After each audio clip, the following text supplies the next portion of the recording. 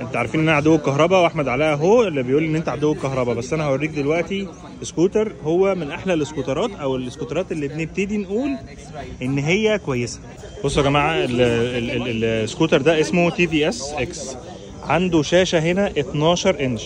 الشاشه ال 12 انش دي فيها حاجات كتير جدا تقدر تتحكم فيها هنا، منها طبعا اعدادات كتير، ومنها هنا في النافيجيشن بتاع تي في اس، مش بتاع والتي في اس وحاجات كتير. وفي نفس الوقت هنا في انفورميشن ليه علاقه بالسكوتر ده، منها الكاوتش ومنها البرسنتج بتاع السكوتر. وهنا برضو في ابلكيشنز ممكن تقدر تتحكم فيها.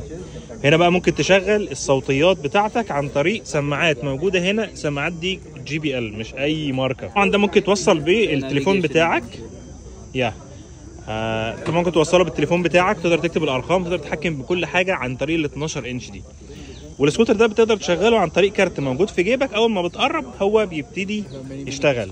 تقدر بقى تظبط كل حاجه في الشاشه دي حسب المود بتاعك انت، لو الصبح او بالليل. زي الشاشه كانت قبل شويه عشان الصبح، دلوقتي بقت بالليل. بس ممكن هنا نخليها تاني فاتحه. دي طريقه الاشكال وحاجات زي كده. طيب نقطه كمان بقى ان السكوتر ده الرينج بتاعه 140 كيلو في الشحنه الواحده، ولو انت بتمشي كده بشكل بسيط ممكن يوصل ل 150 كيلو في الشحنه الواحده. زي ما انتم شايفين كده شكله ما شاء الله رهيب. طيب النقطه المهمه ان السكوتر ده مضمون لمده 5 سنين من شركه تي في اس. طبعا هنا في الاضاءه الاساسيه ال اي دي، وهنا في فوج لايت. فانتوا متخيلين الرينج 150 كيلو في الشحنه الواحده.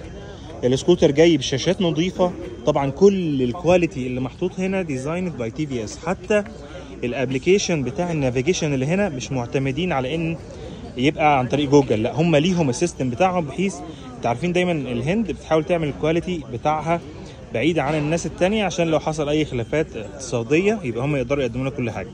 بلس التاتش اللي موجود هنا تقدر تتحكم فيه من الزرار اللي موجود هنا، وفي كروز هنا عشان تقدر تثبت السرعه لو انت ماشي. السكوتر ده موجود في الهند بس لحد دلوقتي، وقريب جدا هيقدر يتصدر حوالين العالم. ولكن القصد هنا ان احنا انا لما بكون ضد السكوترات الكهرباء بكون عشان اللي موجود عندنا في بلادنا هو عباره عن خرده مش سكوترات كهرباء. دي بدايه السكوترات الكهرباء اللي تسعفك في الرينج بتاعها، في الضمان بتاعها، في الكواليتي اللي هم حاطينه، بدل ما انت تصرف فلوسك في حاجات كل شويه تبوظ وللاسف بتترمي. فايه رايكم في تي في اس اكس ده؟ قولوا لنا ايه رايكم فيه، وتعتقدوا كده لو نزل عندنا هينجح ولا لا؟